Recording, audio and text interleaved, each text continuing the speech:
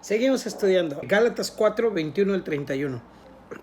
Lo tenemos que leer porque este es como el contexto de lo que les quiero seguir contando.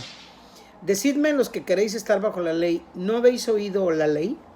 Porque está escrito que Abraham tuvo dos hijos, uno de la esclava, el otro de la libre. Pero el de la esclava nació según la carne, mas el de la libre por la promesa. Lo cual es una alegoría, pues estas mujeres son los dos pactos. El uno proviene del monte Sinaí, el cual da hijos para esclavitud. Este es Agar, porque Agar es el monte Sinaí en Arabia y corresponde a la Jerusalén actual, pues es esta, junto con sus hijos, está en esclavitud. Mas la Jerusalén de arriba, la cual es madre de todos nosotros, es libre, porque está escrito: regocíjate, oh estéril, tú que no das a luz, prorrumpo en júbilo y clama, tú que no tienes dolores de parto, porque más son los hijos de la desolada que de la que tiene marido.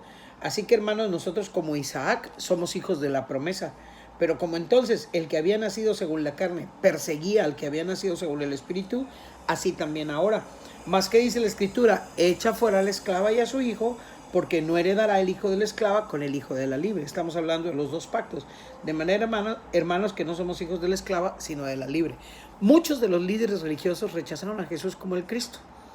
Ellos tenían que ser juzgados. Esa generación que rechazó lo que Dios estaba enviando tenía que ser juzgada, y la orden del viejo pacto terminar con la destrucción de Jerusalén. Esa era como la señal del fin del siglo, del ayón, de la temporada, del viejo pacto y la consumación e inicio del nuevo pacto.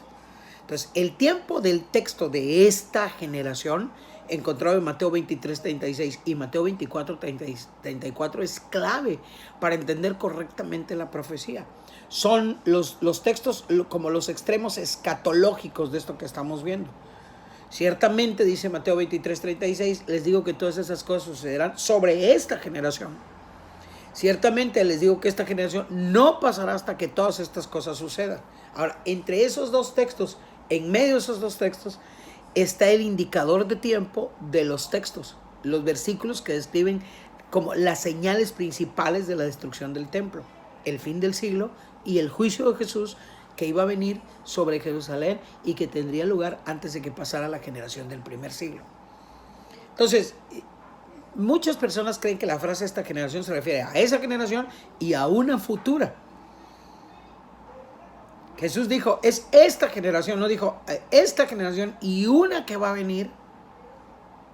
Entonces, tratamos como de rodear el significado claro de la frase y decir que en el año 70 es un cumplimiento parcial, que habrá un cumplimiento mayor en el tiempo de nosotros.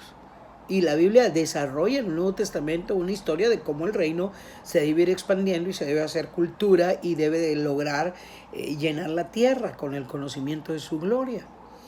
Entonces, no hay nada en el discurso del Monte de los Olivos que nos lleve a creer en algún tipo de doble cumplimiento.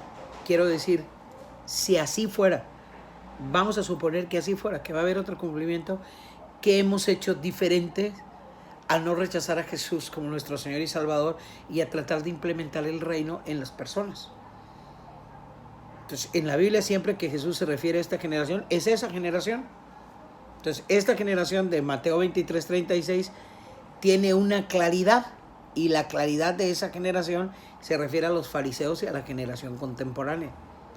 No hay por qué interpretarla de modo diferente, especialmente porque Jesús está respondiendo a una pregunta a sus discípulos referente a la generación, a los escribas y a los fariseos que Jesús acaba de condenar.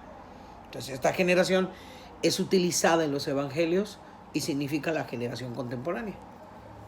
Esta nunca significa raza. Vamos a estudiar esa parte.